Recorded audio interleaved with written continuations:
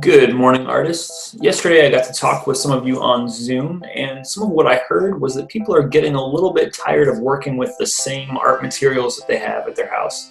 And some of us are kind of missing the art studio and all the different materials there.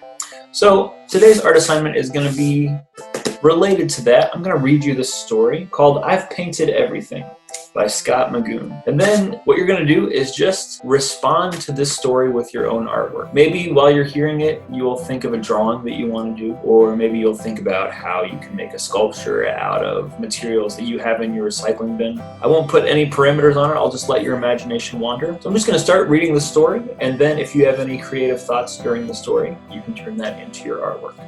Let's go. In the small city of Cornville, there lived a very talented artist named Hugo. One afternoon, he had just finished a painting. "That's it," he said proudly as he finished. "I've painted everything." But something was wrong. Hugo looked over his hundreds of paintings. "I painted this, and that, and those, and him, and her, here, there, and everywhere. Oh no! I've run out of ideas." He went to meet his best friend, Miles, for help. They ordered the usual, peanut butter burgers. "I have nothing to do," sighed Hugo, "because I've painted everything." "Hugo, you're in an elefunk," said Miles. "Let's go on a trip. I have some very important business in Paris this week as I test one of my latest inventions. Come with me. You might be inspired to paint something new." "I don't know, Miles. It's so far away, I'm not sure." "Nonsense. Whenever I go on a trip," said Miles, "I think of new things as I see new sights I've never seen before. You will too. Trust me." So they flew to Paris. They spent days exploring the whole city. They went to a huge art museum called the Louvre. "I've never painted anything that big," exclaimed Hugo. "What if I did?" "Then your painting would be Hugo-normous." Said Hugo. They had a picnic. "What if I just painted a solid color?" asked Hugo. "Then you would be Hugo."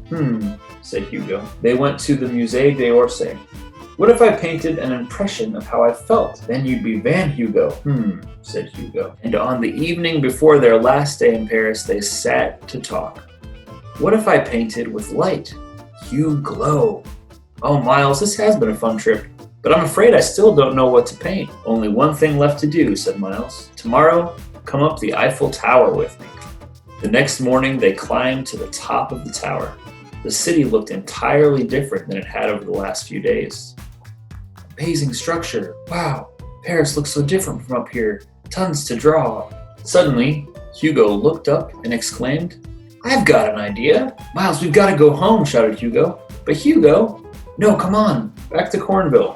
"What is it? What's your idea?" asked Miles. "It's been right in front of my trunk all along," Hugo replied. "I painted this, and that, and those, and him and her, and it, here, there, and everywhere. But not from here." Miles gasped. "Wow, Cornville looks so different." "Yes," exclaimed Hugo. "See, I thought I painted everything, but I haven't. My idea is that I can paint everything all over again, only differently. From here above, or here below.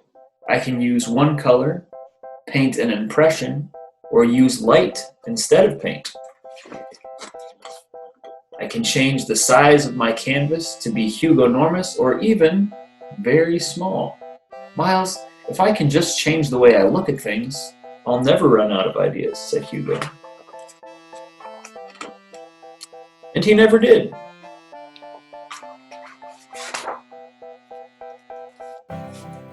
And that is the end of that story. So I think we've probably all felt a little bit like Hugo feels in the story, where we run out of ideas, especially when we are stuck in one place and we are surrounded with all the same things that we were surrounded with yesterday and last week.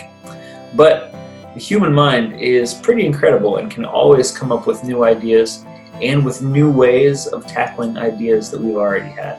So that's my challenge to you today.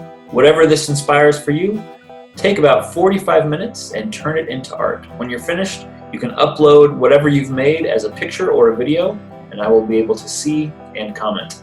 Have fun, everybody.